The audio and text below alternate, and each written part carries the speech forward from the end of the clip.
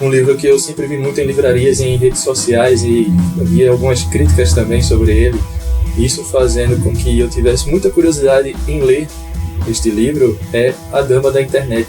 Um livro que é escrito por Neville de Almeida, que é conhecido por dirigir A Dama do Lotação, que é uma obra de Nelson Rodrigues, e também Os Sete Gatinhos, que é outra obra de Nelson Rodrigues. Então eu acho que essa bagagem que ele tem com essas duas produções e meio que ia dar o tom dessa obra. Inicialmente eu tenho que dizer que a capa do livro ela é meio enganosa, me parece uma capa meio erotizada, quando na verdade ela não tem muito a ver com o texto. Na verdade, o próprio título do livro deixa muito a desejar, não há muito desse Dama da Internet como a gente vê escrito aqui.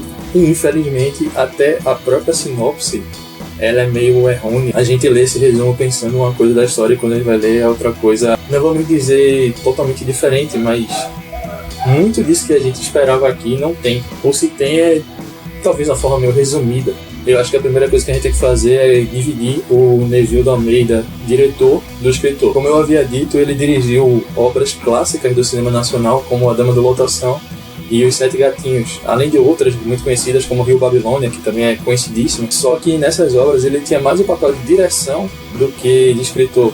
Mesmo que um diretor ele tenha essa liberdade de conduzir sua obra e meio que dar alguns palpites no roteiro às vezes, é diferente de você criar uma história para um livro. Então eu acho que eu prefiro muito mais ele como diretor do que como escritor. Tá certo que foi meu primeiro encontro com a escrita dele, mas mesmo assim eu acho que ele é melhor como diretor. Não que seja um escritor ruim, mas o desenvolvimento não é tão bom assim quanto eu esperava e a escrita dele é um pouco limitada. Não que seja uma escrita ruim, longe disso, é um texto até bem fluido. Você consegue devorar o livro em um dia, de tão fluida que ela é, só que de qualquer forma ela é limitada. Acho que para entender exatamente o que eu quero dizer é só lendo mesmo o livro e tirando suas próprias conclusões. Não chega a ser uma forma de texto que vá atrapalhar a história, mas você fica esperando algo mais. E a história acontece em torno de Luísa, que é a nossa personagem principal. E essa Luísa, ela está começando a história se casando. Haverá uma grande festa de casamento e todo mundo já está pronto e apenas falta a noiva que está se arrumando. Mas no lugar de estar muito preocupada com o seu próprio casamento, ela está tirando algumas fotos para postar em Instagram, em Facebook e suas redes sociais. E daí que vem a primeira entrada de Dama da Internet, que a gente já tem aquela trama, vamos dizer que pré-construída, em que a gente tem contato com a Dama da Internet do título e sabe que ela vai se casar. Então esse é o pontapé inicial da história, só que infelizmente essa parte de internet não é tão bem explorada. Ela se pega pensando sobre a vida, sobre o casamento, sobre as escolhas que ela faz, e a cada coisa que ela faz, ela meio que tira fotos e posta em suas redes sociais, só que as fotos que ela posta meio que mostram um mundo maravilhoso que ela não vive. E isso mais pra frente vai ser mais explorado, só que ela acaba se perdendo um pouco na história. A parte boa disso é que meio que se torna uma crítica social muito bem fundada, em que a gente tem nossas redes sociais como um lugar perfeito e maravilhoso, que a gente tenta mostrar que nossa vida é a melhor possível. Não é difícil você entrar no Instagram de uma pessoa qualquer e ver que tudo na vida dela parece totalmente perfeito. É como se as pessoas quisessem comparar suas vidas e dizer a minha é bem melhor do que a sua, e a sua nunca vai chegar a ser igual à minha, então você, por sua vez, acaba postando várias coisas também que são falsas. E tenta se alimentar como se tivesse aquela necessidade de mostrar a outras pessoas que sua vida é uma vida perfeita. E aqui isso acontece com a Luísa, ela está sempre postando algumas coisas, e mesmo que ela esteja depressiva, magoada e triste, alguma coisa tenha acontecido com ela, em suas redes sociais ela vai estar sempre perfeita, maravilhosa, feliz. E isso é entregue também nos comentários dos amigos dela, que sempre falam como ela está feliz, como queriam ter a vida dela e que a invejam, tudo mais. E vamos parar para pensar que isso realmente acontece, é uma coisa que meio que as redes sociais têm esse poder sobre as pessoas. Voltando ao casamento, Luísa vai se casar com o Marcos, que é o amor da vida dela, que eles são totalmente apaixonados e que o casamento é o dia mais esperado deles e eles estão muito felizes, e terá aquela grande festa em que ele gastou muito dinheiro para ver a sua amada muito feliz. Então o casamento acontece e esse Marcos ele começa a beber demais. Bebe tanto que a própria Luísa começa a estranhar a forma que ele está bebendo. E eu acho que essa parte em que o texto deixa claro que ele está bebendo além da conta, até para a Luísa, que o conhece bem, meio que mostra como as pessoas, na verdade, não são exatamente aquilo que a gente espera. Porque a gente, por mais que conheça alguém muito bem, a gente nunca vai conhecer ele o suficiente. E a prova disso vem exatamente na lua de mel. em que ele começa a beber muito, a fumar muito e não quer tomar banho assim que chega da festa. E por mais que ela se sinta incomodada com as atitudes dele e o cheiro, ele meio que só quer transar com ela. Então todo aquele amor e aquele romantismo que estava acontecendo no casamento, ele vai por água abaixo.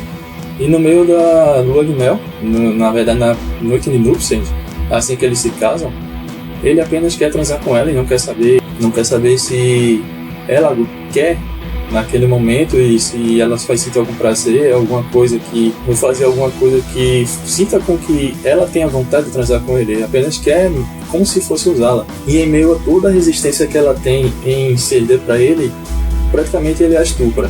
E fica bem explícito que há um estupro aqui, porque ela não quer de forma alguma e ele força, e como eles estão casados, assim como ele fala, ele agora tem direito sobre ela. É como se ela se tornasse um objeto para ele, e como agora eles casaram, ele é o dono.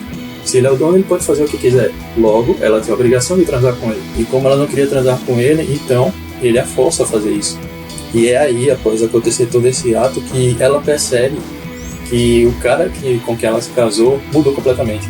Então, vem novamente aquela coisa à tona de que por mais que você conheça uma pessoa, talvez você não conheça ela totalmente como você acha que você conhece, e há muitas coisas que você tem que descobrir ainda, muitos segredos. E a partir daí, o casamento deles meio que vai desmoronando. Mesmo que tenha sido um casamento recente, que eles tenham acabado de sair da festa, mas com o passar dos dias, o relacionamento deles vem ficando uma coisa cada vez pior, em que ele se demonstra ser cada dia mais babaca. E realmente esse personagem construído para o Marcos é um cara totalmente babaca, daquele tipo de cara que é altamente autoritário e machista, que acha que por ter muito dinheiro ele pode fazer o que quiser, ter todas as mulheres que quiser, transar com qualquer um a hora que ele quiser, e meio que se sentir o macho alfa, como a gente costuma dizer. E em meio a toda essa decadência que vai acontecendo no casamento de Luísa continua postando algumas coisas nas suas redes sociais. E assim como o começo da história, as postagens em suas redes sociais são sempre coisas perfeitas, maravilhosas. Então aqui a gente tem aquele paradigma que o casamento dela está desmoronando. Os dois que fazem parte do relacionamento percebem que a cada dia que se passa, tudo está pior. Mas, dentro de suas redes sociais, no caso na de Luísa, que é a rede que a gente tem acesso, é como se eles tivessem um casamento perfeito, que é isso que ela mostra, tudo o que ela posta. As fotos, os textos, é como se ela estivesse vivendo em um conto de fadas. Meio que fica um alerta de como a gente devia ver as redes sociais. Talvez seja aquele conto de fadas que a gente realmente procure e nunca encontre, mas a gente fica tão atrás daquilo que parece que a gente realmente está vivendo aquilo. Então, quando você vê fotos de outras pessoas e começa a invejar aquilo que ela está passando, você tem que se pensar se realmente aquilo é de verdade, ou se aquela sua conhecida é apenas mais uma Luísa que tem uma vida totalmente desgraçada, mas tem que mostrar para todo mundo que é tudo perfeito. De certa parte, a Luísa começa a desconfiar que o Marcos está traindo ela, já que está tudo decaindo tão rapidamente, que a única explicação que ela começa a ter é que ele certamente deve ter um amante, ou algumas amantes. Chega um ponto que, pelo próprio descuido do Marcos, a Luísa acaba descobrindo que ele realmente tem um amante. Ela consegue confirmar isso, e isso meio que dá a viravolta da história. Na verdade, a forma que ela descobre é uma coisa que não é tão natural, mas até que, se pensar de certa forma, pode ser até colocado como algo crível. Eu acredito que há mulheres que teriam coragem de fazer o que ela fez para descobrir a amante do Marcos. E esse é um ponto até positivo do livro. Eu acho que a grande maioria das situações que são impostas aqui são situações que, de certa forma, são críveis. Algumas até podem ser um tanto quanto exageradas, mas dependendo da situação e do seu estado de espírito, é bem capaz de acontecer, sim. Mas aí, agora que ela tem a certeza que ela foi traída e se sente humilhada, ela meio que tem que dar uma reviravolta em tudo que está acontecendo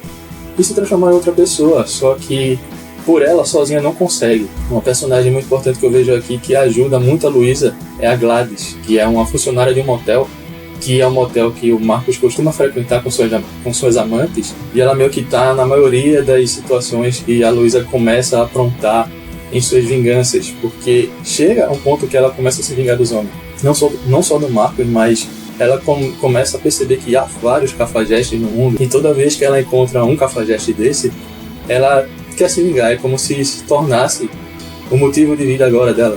Agora ela é outra mulher, então ela meio que vai dar o troco nesses caras. Só acho estranho que ou ela é uma mulher muito sem sorte, ou ela atrai muito cafajeste, porque todo homem que se cruza com ela é um desgraçado.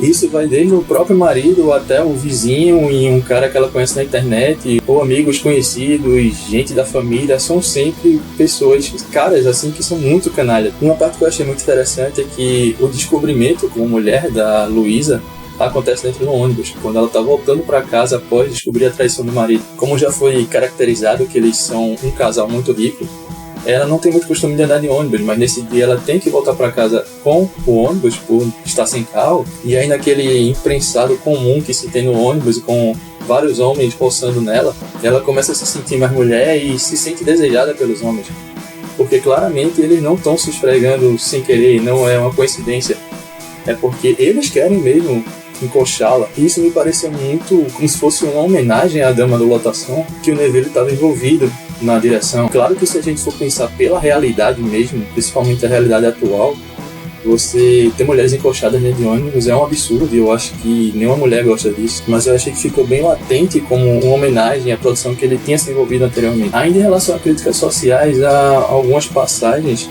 em que a própria Luísa vai conversar com a mãe dela e começa a contar que o casamento dela está desmoronando e que tem a desconfiança que ela está sendo traída, e o conselho que a mãe dela dá para ela é para deixar isso para lá, já que ela está casada, meio que fingir que não sabe de nada e que é melhor a gente não tentar descobrir a verdade. Essas coisas que, infelizmente, é muito comum de se aconselhar. Pode parecer um absurdo, mas há vários casais em que as mulheres sabem que estão sendo traídas e fingem que não sabem, porque querem manter seu casamento de aparências. Às vezes até ao contrário, a mulher que trai o homem finge que não sabe. E se torna tão comum hoje em dia a gente ter relacionamentos tão fúteis que a questão da traição é só mais uma coisa que pode acontecer e é comum. E se tornando tão banal essa questão de trair que dificilmente você vai achar alguém que não foi traído hoje em dia. O problema é que essa banalização faz com que muitos relacionamentos de aparência acabam sendo criados. Eu acho que foi um ponto muito positivo a Luísa ela não ter ficado presa a um relacionamento de aparências. Mesmo que tenha levado um certo tempo até ela se libertar, ela meio que conseguiu se desvencilhar disso e seguir sua vida. E além de seguir a vida, ela conseguiu se vingar de algumas pessoas. Eu acho também que a partir do momento que ela descobre a traição, a fluidez do livro ela melhora muito. É como se o livro fosse dividido em duas partes, a antes da traição e a pós-traição. E mesmo que você ache a parte inicial um tanto quanto lenta e arrastada, assim que ela descobre que foi traída, o livro melhora absurdamente. Se você tentar desistir ainda no começo, eu aconselho que você resista e chegue até a parte que ela é traída e descobre a traição, porque é uma melhora muito grande. E como eu disse, a escrita dele não é uma escrita difícil, então você lê o livro em um dia, ou dois no máximo. Apesar dos pesares, o livro tem um final feliz. Claro que eu não vou dizer o que acontece no término da história, mas a Luísa descobre a felicidade, descobre como ser uma mulher de verdade, e ela consegue descobrir a sedução que ela tem nela. Meio que aquilo tudo que estava preso por causa do marido é libertado. Isso é uma coisa interessante também, porque muitas mulheres são presas por causa do marido, o que é uma coisa até contraditória, porque o próprio marido inibe as mulheres de serem quem ela quer ser, mas preferem procurar outras.